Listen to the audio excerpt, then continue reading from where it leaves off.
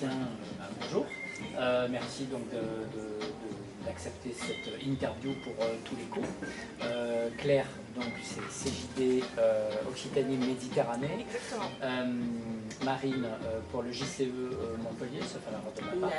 Et Sébastien pour la French Tech Montpellier Méditerranée. C'est ça.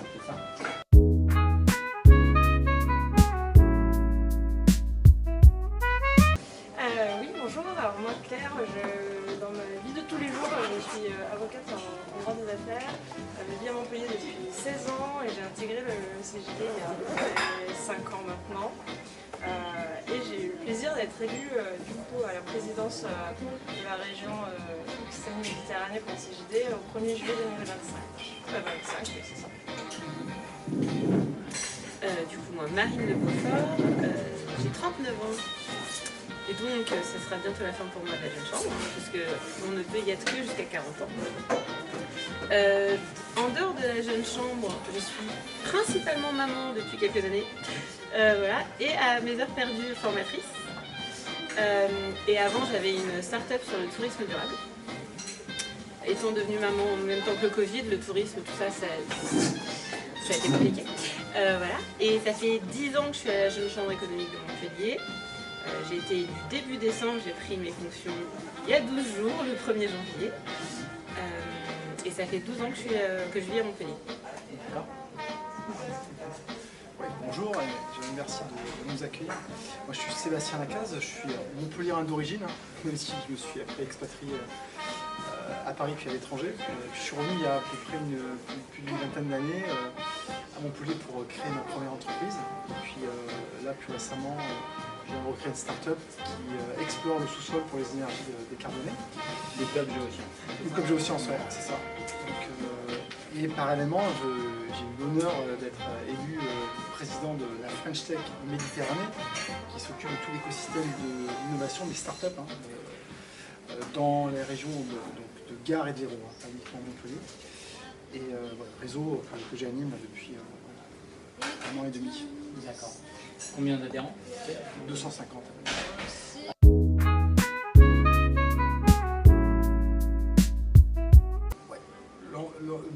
L'engagement, pour moi, c'est déjà redonner à l'écosystème. J'ai beaucoup reçu, voilà, dans les entreprises innovantes, on reçoit beaucoup de, d'aide, notamment en France, mais aussi qui plus est dans l'écosystème, particulièrement Montpellier, où il y a un écosystème très riche en termes de... Donc c'est déjà être acteur, voilà, parce qu'on est tous bénévoles dans nos activités associatives, c'est redonner à l'écosystème, redonner finalement à la communauté. Donc pour moi c'est important, et transmettre. C'est aussi une notion importante pour moi. J'ai une première expérience entrepreneuriale et d'arriver à transmettre pour que quelque part cette expérience puisse faire les petits. On va essayer de ne pas se répéter, ça serait dommage. Mais moi je trouve que l'engagement ça transcende tout en fait.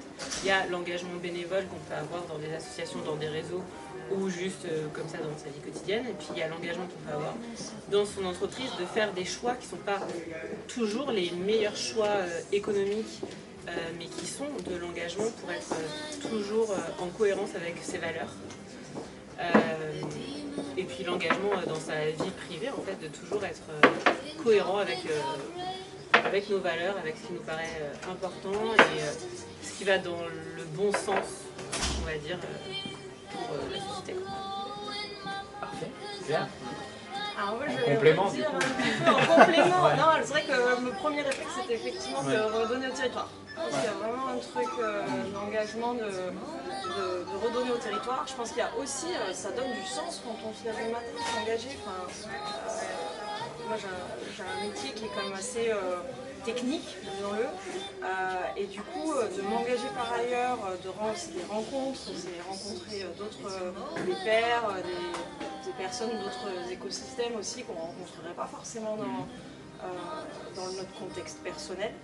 Et du coup, je trouve que ça apporte aux autres et ça apporte à soi, et c'est en se faisant grandir soi qu'on apporte aux autres, et ça crée en fait quelque chose de vertueux et pour la personne qui s'engage et pour l'écosystème.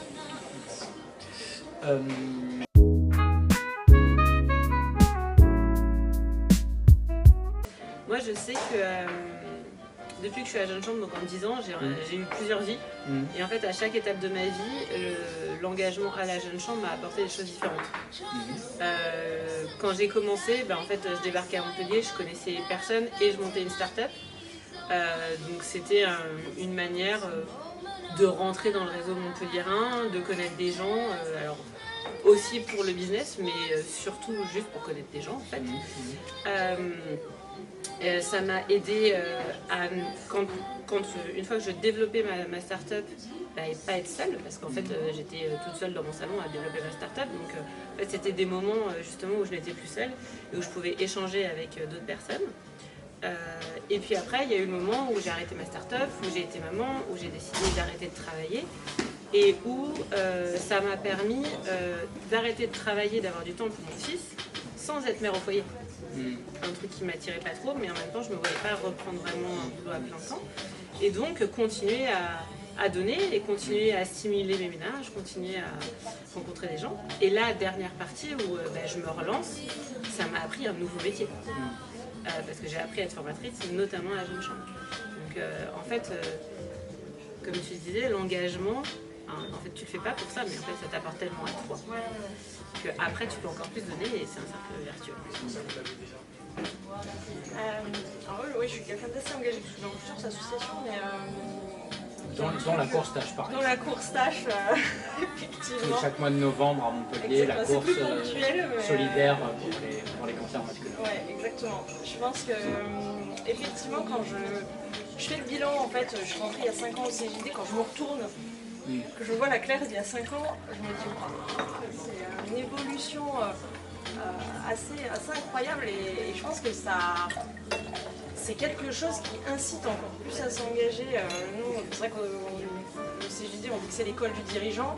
Quand on voit au bout de 5 ans la progression à la fois professionnelle et à la fois personnelle qu'on a pu avoir, c'est vrai que ça incite encore plus à l'engagement.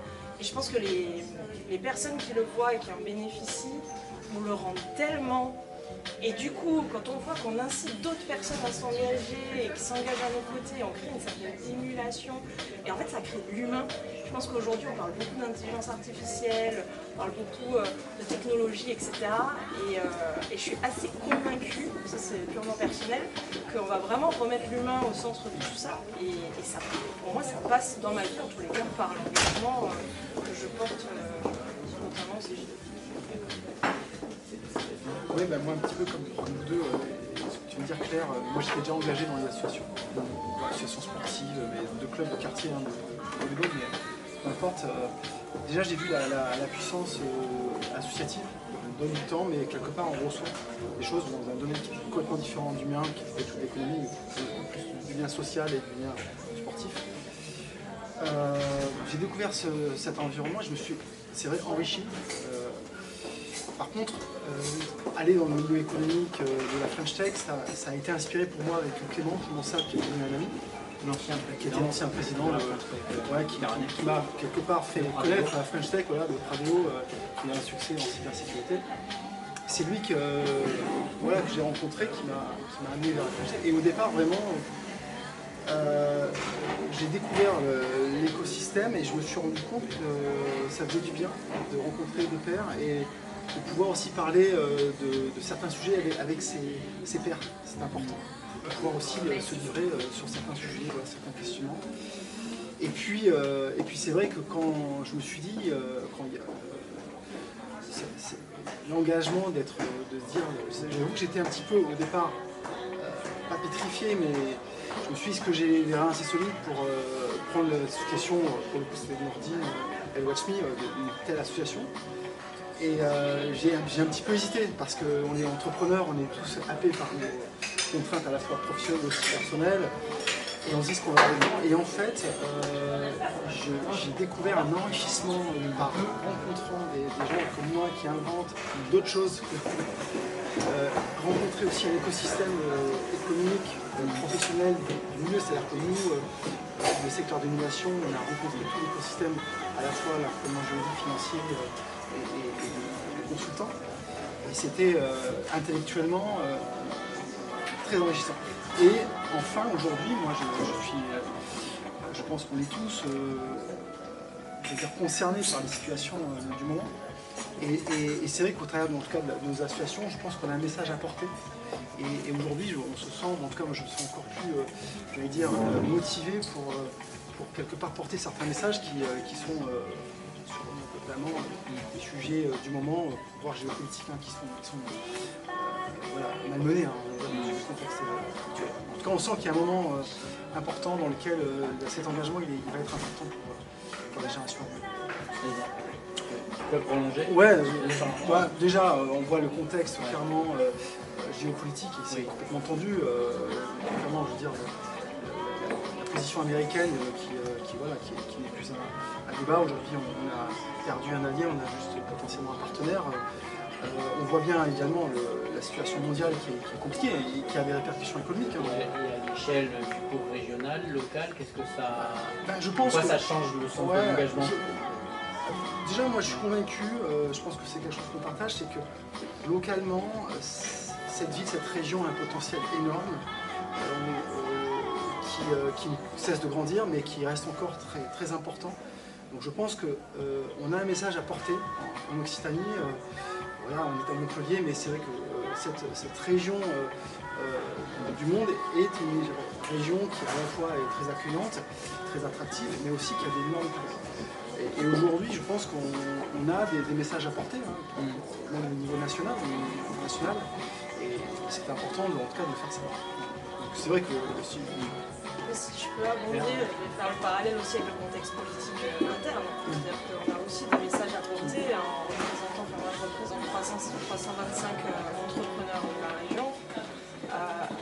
On a un message à porter sur le contexte économique qui est compliqué.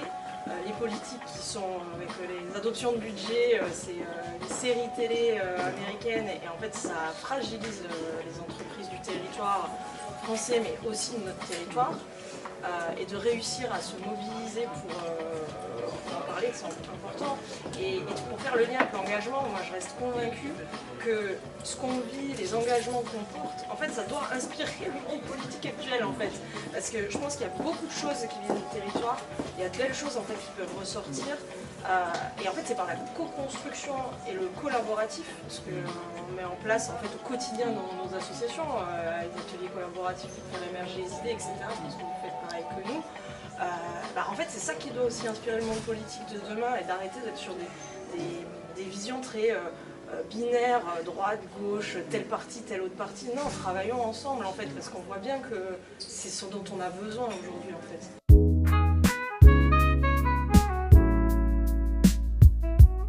On a 4 coprésidents à Montpellier qui se partagent la gouvernance et on voit au CJD ça a bousculé aussi, ça a vraiment fait partie d'une expérimentation. On a aussi les nouveaux modèles nomades en fait qu'on expérimente, on a créé une section nomade qui est rattachée à notre région puisque la présidente vient d'ici à l'origine. Et donc nomade, c'est-à-dire donc en fait c'est des jeunes dirigeants qui sont sur tous les territoires de la planète et on voit comment on peut faire travailler les gens ensemble en visio sur d'autres modèles sans forcément les rattacher à un territoire mais comment on les rattache quand même et comment on les embarque quand même, c'est assez intéressant. Donc on a ça, on a la semaine de 4 jours alors qui est assez décriée, qui a été mise en place, c'est d'essayer de trouver des nouveaux modèles de travail pour que les salariés se sentent bien. Qui a été mise en place dans certaines alors qui a été mise en place dans certaines entreprises, oui, et qui a fait l'objet d'une expérimentation en Occitanie plus particulièrement du CJD et je ne sais plus qui sont les partenaires aussi, il y a d'autres partenaires qui travaillent là-dessus. Donc ça c'est les sujets qui me viennent. Et la campagne municipale, on en parlait juste avant, peut faire partie aussi des sujets de début d'année. Comment on informe nos membres sur les propositions proposées par les futurs candidats. Des auditions des candidats ou pas? Là, on est en phase de réflexion et du coup, une phase de réflexion de faire quelque chose en commun. Super chouette. Mais là, ce dont on discutait, c'était notamment de créer des événements pour les jeunes, pour pousser les jeunes à voter. Et donc, en fait, pour ça, il faut qu'ils soient mieux informés parce que je pense que il y a beaucoup de jeunes qui ne votent pas juste parce qu'ils pensent que ça ne sert à rien et qu'en fait, s'ils ont plus accès à l'information de qu'est-ce que proposent vraiment les candidats, ça les poussera certainement plus à voter que ce à quoi ils ont accès aujourd'hui. Nous, à Montpellier, c'est assez différent parce que nous, on n'est pas forcément des start-upers ou des dirigeants. Il y a des salariés, il y a des étudiants, il y a des auto-entrepreneurs et il y a des dirigeants de plus grosses entreprises. Par contre, on a une règle, c'est que toute action qu'on met en place doit répondre à un des 17 ODD, Objectifs de développement durable. Et donc, on essaye toujours de rentrer là-dedans.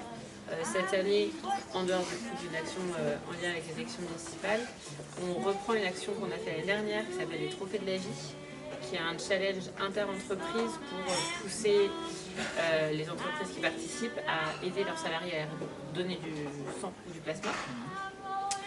On fait une action qui s'appelle Ajouter Débat Académie, qui va être sur plusieurs jours J avec des cibles différentes, mais qui a pour but de former sur la prise de parole en public et sur l'argumentation. On risque d'en avoir une orientée internationale, francophonie, mais de membres de différents pays, mais de la jeune chambre. Une journée qui serait plutôt orientée sur des jeunes qui ne sont pas forcément formés à ce type de sujet, alors qu'en fait, parler en public, c'est important dans quasiment tous les métiers. Et peut-être une journée orientée plus sur des femmes en entreprise qui savent très très bien parler en public, mais si elles sont contredites par un homme, peuvent complètement disparaître. Donc on aimerait travailler sur ça. On a une action aussi qui est... Les femmes qui disparaissent parce qu'elles sont contredites par un homme, qui perdent pied, et ça arrive encore. Non, mais ça arrive encore, et c'est ça... je crois que c'est ça qui est le plus choquant en fait. C'est que c'est encore un sujet. Comment ça peut encore être un sujet en fait? Ils s'effacent sans s'en rendre compte peut-être, ou qui se mettent de côté. Du coup, qui perdent pied. Qui perdent pied, c'est quelque chose qui peut arriver encore. Ils demandent des formations. En fait, c'est... Qu'est-ce qu'il y a derrière? C'est une idée qui vient juste de naître suite à une discussion avec un partenaire qui a constaté ça dans son entreprise. Donc du coup, on est en train de réfléchir à lancer quelque chose là-dessus. On a aussi eu une action pour lutter contre les engrenages des addictions, notamment chez les étudiants. Pas les addictions, enfin les addictions classiques auxquelles on pense tout de suite, drogue, alcool, mais aussi les écrans, le sucre, le porno. Avec cette idée que Montpellier, c'est une ville qui attire beaucoup d'étudiants, mais que pour beaucoup d'entre eux, c'est la première fois où ils se retrouvent seuls sans leur famille. Et donc, où en fait, c'est le moment où tu peux être sensible et tomber dans ce genre de travers. Voilà, donc on a une action sur ça. Et je suis sûre que j'en oublie qui est super importante. Attendez, je vais aborder. Ah oui, et on va avoir un débat sur la santé mentale des dirigeants. Il serait d'ailleurs intéressant qu'on en parle. Voilà, donc ça c'est le programme pour cette année. Et comme à la Jeune Chambre, chaque action naît d'une envie d'un adhérent qui a trouvé une problématique sur le territoire et qui se dit peut-être qu'on peut faire quelque chose. Et donc ensuite on va étudier qu'est-ce qui se passe déjà sur le territoire et ensuite qu'est-ce qu'on peut faire. Et bien je suis sûre qu'on va avoir plein d'autres sujets dans l'année. Ouais, donc, nous juste, c'est déjà expliquer l'innovation. D'action, les actions liées à l'engagement. Tout à fait. Déjà l'innovation, c'est préparer le monde de demain. Donc c'est déjà mieux expliquer, pour parler de politique au grand public, ce que c'est que l'innovation qui n'est pas comprise. Pour certains, est vu comme de la subvention dans les entreprises pour passer un temps long. C'est préparer le monde de demain, donc pour la santé, pour la transition énergétique, pour faire une IA responsable, pour tout un tas de domaines qui sont cruciaux. Parce que précisons que la French Tech Méditerranée, c'est pas que Montpellier, c'est le spectre géographique. Tout à fait. C'est tout le Gard, c'est la culture des élus. Complètement tout le Gard. Voilà, c'est 2 départements Gard et Hérault, dans lesquels dans chaque département il y a tout un tas d'incubateurs, donc l'école des Milanès, Innovop à Nîmes, le BIC à Montpellier, InnovoSud à Béziers, l'UNEL également. Donc il y a tout un tas d'écosystèmes d'innovation. Et toutes ces entreprises, ces talents ont des idées qui vont permettre d'avoir un monde meilleur. L'innovation, c'est permettre d'avoir un monde meilleur pour mieux vivre, continuer à vivre évidemment, et être compétitif, mais permettre faire en sorte que son monde soit meilleur. Et ça, c'est important de l'expliquer parce qu'on prépare l'avenir avec l'innovation. C'est des investissements qui sont parfois lourds et le grand public parfois ne connaît pas. Et quand il y a des, on parlait de budget, de remise en question de certains budgets, le grand public, voire des politiques ne comprennent pas cela, et c'est des enjeux majeurs. C'est qu'on prépare le monde de demain et aussi on prépare l'Europe, la France pour rester compétitif.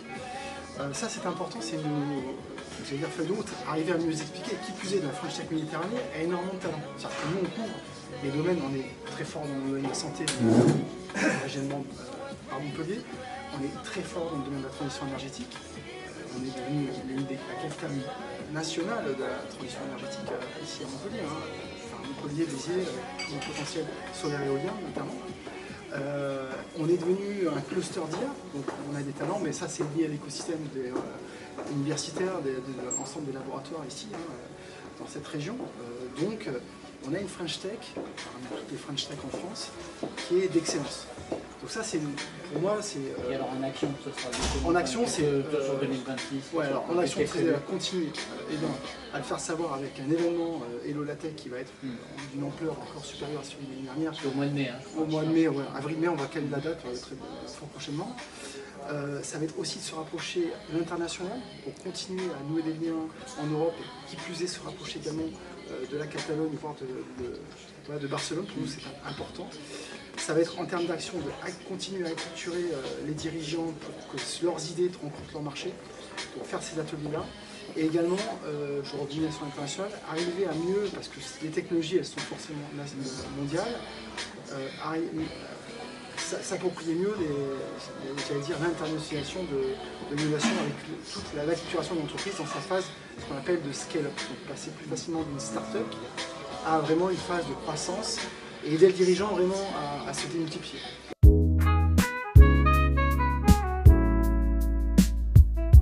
Moi, ce que je trouve super intéressant à la Jeune Chambre, c'est que le but de la Jeune Chambre, c'est vraiment de créer des actions citoyennes, mais qu'en les faisant, on monte en compétence.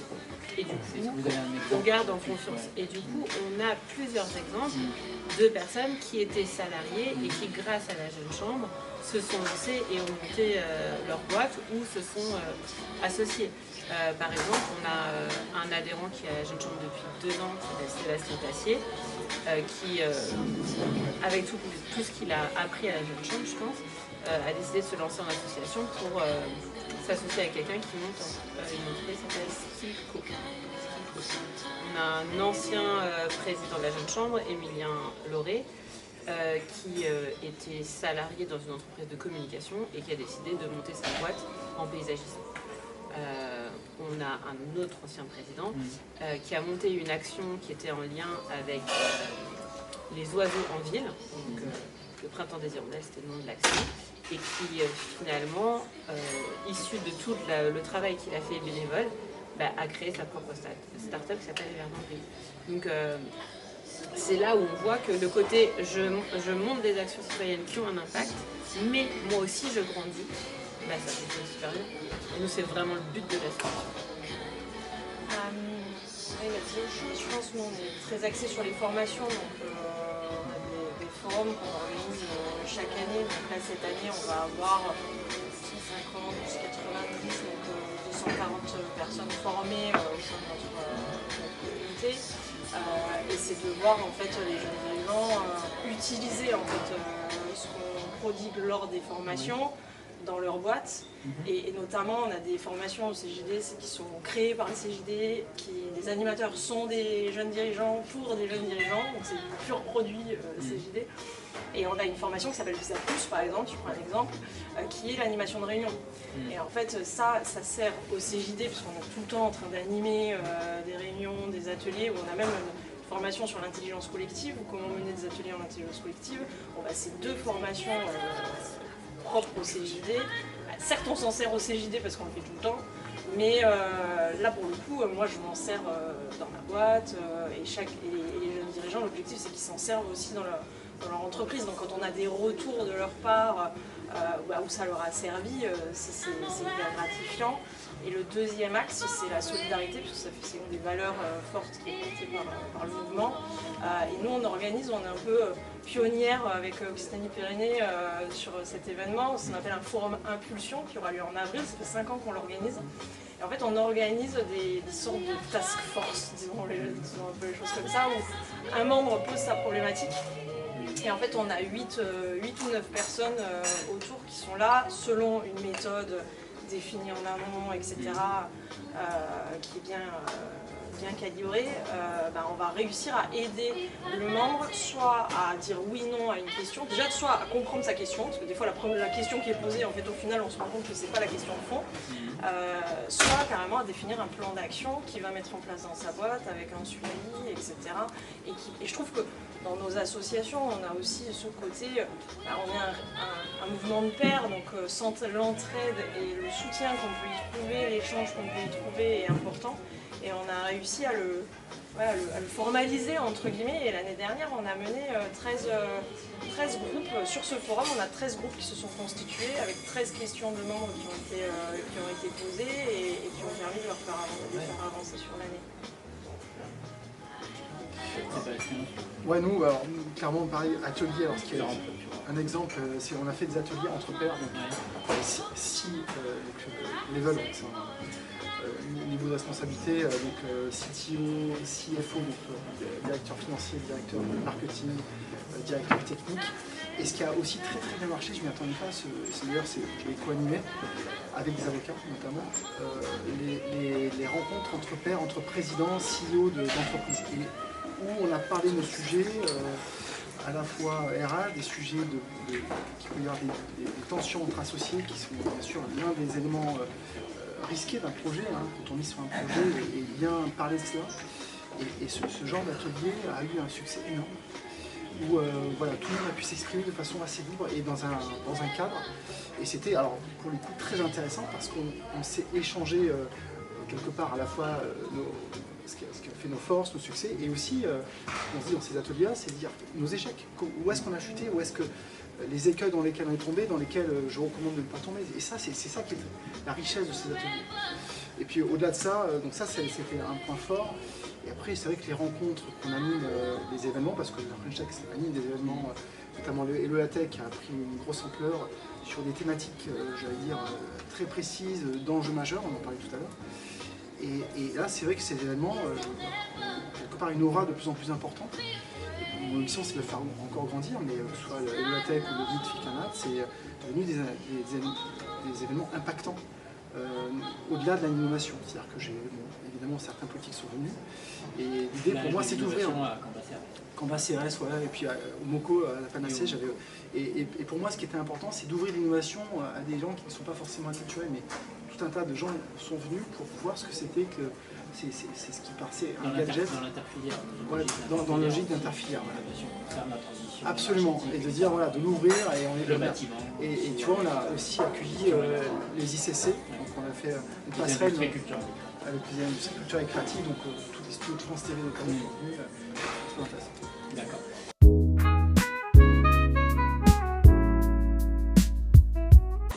C'est un souhait Ouais. qu'il y ait plus d'engagement dans la société en fait. Ouais. Je Vous êtes pense un peu des exceptions, non? Alors je sais pas si on est des exceptions, mais je pense que, encore une fois, le contexte fait les gens ont tendance à se renfermer, et j'espère en tous les cas pour l'avenir qu'il y aura beaucoup plus d'ouverture, que les gens s'engageront plus, et qu'en fait, au contraire, en fait, c'est ça qui construira en fait notre monde de demain. Je pense vraiment que l'engagement est une clé, le collectif est une clé pour qui vient combler peut-être aussi, c'est coupé peut-être, mais qui vient combler une partie politique un peu démonétisée aujourd'hui. Exactement, c'est exactement ça. Je ne sais pas si c'est remplacé ou qui vient apporter un nouveau modèle qui va répondre à nos enjeux d'aujourd'hui, parce qu'on voit bien qu'on a plein d'enjeux sociaux, environnementaux, économiques. On voit que nos modèles d'avant ne fonctionnent plus. Voilà, là on le constate, on est quand même dans le dur. On va dire ce qui est sur ça. Et je trouve que, alors je pense qu'on est dans le creux de la vague, mais j'ai l'impression quand même qu'on remonte, et je pense que l'engagement est une des clés et fait partie des solutions pour juste justement répondre à ces défis d'avenir. Et j'abonderai dans ton sens, j'irai aussi à titre individuel. Je pense que beaucoup de problèmes de la société aujourd'hui viennent aussi du fait que, honnêtement, je crois que les gens ne vont pas très bien ensemble. Dans leur tête. Dans leur tête. Ouais, et les gens ne sont pas heureux. Et je suis sûre qu'il y a eu des périodes bien pires, hein, mais voilà. Et je pense que l'engagement, ça répond à un besoin collectif, mais ça répond à un besoin individuel. À un besoin individuel parce qu'en fait, aujourd'hui, on a conscience qu'on a plein de talents différents. Et donc, si on reste dans le même métier, on va avoir tendance à s'ennuyer. Donc, si on reste dans le même métier, mais qu'on a d'autres engagements où on fait des choses différentes, ben, on ne s'ennuie plus. Si on transcende un peu juste le métro, boulot, dodo, alors que heureusement on ne connaît pas, Et qu'on dort pas. Mais en fait, on apprend aussi des compétences qui nous servent dans notre famille. Je pense par exemple à la communication non violente. En fait, on se nourrit de plein d'autres choses. En fait, l'engagement nous nourrit. Et en fait, quand on est nourri, on va beaucoup mieux. Et il y a eu toute une période où finalement, on se nourrissait par juste le fait de travailler. Mais en fait, ça ne répond plus à notre besoin parce qu'aujourd'hui, grâce à la mondialisation, on a une ouverture qui est beaucoup plus grande. Donc on a conscience de tout ce qu'il y a, mais qu'on ne peut pas tout faire. Et qu'en fait, c'est une manière de faire beaucoup plus, en tout cas. On a vu en tout cas l'énergie dégagée par les JCE. C'était bien le congrès national. Le congrès national des JCE. Il y avait du bruit. Ah oui, on a fait du bruit. Il y avait du bruit au quorum. Non, au quorum, je voulais dire. Au quorum. Positif. Je sais pas, la nuit, j'y étais pas. Mais, à 4h du matin, voilà. C'était rigolo. On rencontrait que des membres jeunes chambres. Oui. Demain peut-être là. Ouais, demain, donc déjà, tu vois moi déjà, déjà la French Tech, c'est être redonner envie. Dans un contexte c'est peut-être un peu plus difficile aujourd'hui. Non mais juste, souvent je reviens dans la technologie, on voyage, donc j'ai pas mal voyagé à travers le monde. À chaque fois que j'allais à l'étranger, je me suis rendu compte de la puissance qu'on a dans la technologie. La technologie est liée à la culture, est liée aussi à la société française. C'est une réelle force et je vois à quel point nous sommes enviés à travers le monde. À chaque fois, je revenais en France. Je me disais, mais en fait, on ne se rend pas compte aussi de nos forces. Donc c'est peut-être redonner envie à sortir de cette morosité pour moi et cet engagement, qui se passe par l'engagement, mais aussi de se rendre compte aussi de ce qu'on a et de ce qu'on crée. Parce qu'elle soit de la technologie, mais de la culture, de notre force, de notre créativité. C'est un ensemble de choses. Je fais souvent référence à l'inauguration des Jeux Olympiques. C'est une inauguration qui était un événement majeur, qui a disrupté, comme on dit, en langage tech. C'est la France. C'est notre force et celle-ci, elle nous est enviée. Et aujourd'hui, on ne s'en rend plus compte, c'est cette morosité ambiante qui, comme tu disais, nous plombe. Et pour moi, c'est arrivé, notamment avec la tech, montrer que en fait, on est très fort en France. French Tech est un label mondialement reconnu. C'est que des ingénieurs en français, des créateurs et des créatrices. Qui inventent et qui sont regardés avec des grands yeux, notamment quand j'allais aux États-Unis à l'époque, maintenant je ne peux plus y aller, à peu près. mais en tout cas, je me souviens des Américains qui me disent, mais comment vous faites vous les Français? À chaque fois vous inventez, vous êtes des révolutionnaires de l'innovation. Donc tout ça pour dire, c'est pour moi, pour revenir à ta question, c'est redonner envie. Et peut-être ça passera par la technologie, la culturer à un monde un peu plus large, notre simple petit écosystème pour montrer à quel point la France reste un pays fort. Et voilà, si on relève les manches, si on est ensemble, si on collabore, si on n'est pas dans une culture individuelle, évidemment, on va retrouver notre aura. Notre dernière question, où est-ce que vous y avez pensé ou pas? C'est pas une question piège, hein. Peut-être on va avoir une surprise, il y a quelqu'un qui est candidat en fait à des municipales. À la Jeune Chambre, le but c'est de former des leaders citoyens. Ça veut dire quoi? Ça veut dire que quand tu sors de la Jeune Chambre, que ça soit à 40 ans ou plus tôt parce que tu estimes que tu as vu tout ce que tu avais, tu vas prendre des responsabilités ailleurs. Ça peut être dans des entreprises, ça peut être dans d'autres assos et ça peut être politique. Donc clairement ça fait partie des enjeux de la Jeune Chambre. À titre perso, c'est quelque chose que je commence à me poser la question pour dans quelques années, mais c'est vraiment très vague. Plutôt long terme. Voilà. Et c'est vraiment parce que je suis pas du tout attirée par le côté pouvoir que ça implique. C'est vraiment plus pour le côté, bah voilà, est-ce que comme ça je pourrais changer des choses que j'arrive pas à changer par d'autres biais, donc comment on fait? Est-ce que c'est un axe qui fonctionne? Alors moi je ne sais pas si la politique me parle pas trop en ce moment. Voilà, j'ai un petit désalignement avec ce qui se passe. Politique nationale, mais il peut y avoir des échelons plus locales. Oui, c'est vrai, oui, c'est sûr. C'est vrai qu'on fait plus Il y a beaucoup de choses à l'amalgame faire. en fait, effectivement.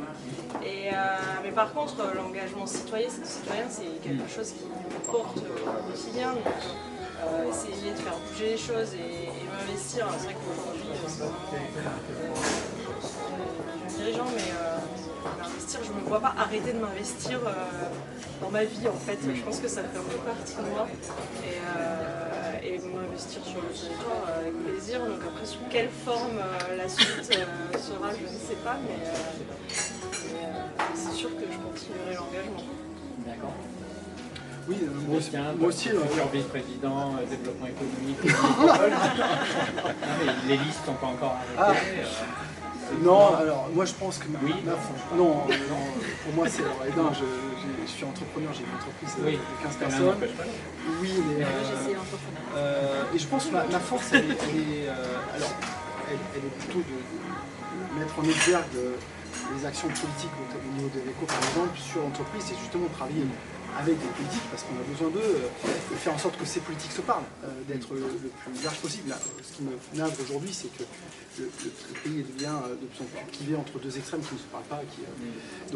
Mais moi, ma force, c'est d'être sur le terrain, d'être entrepreneur, de commencer.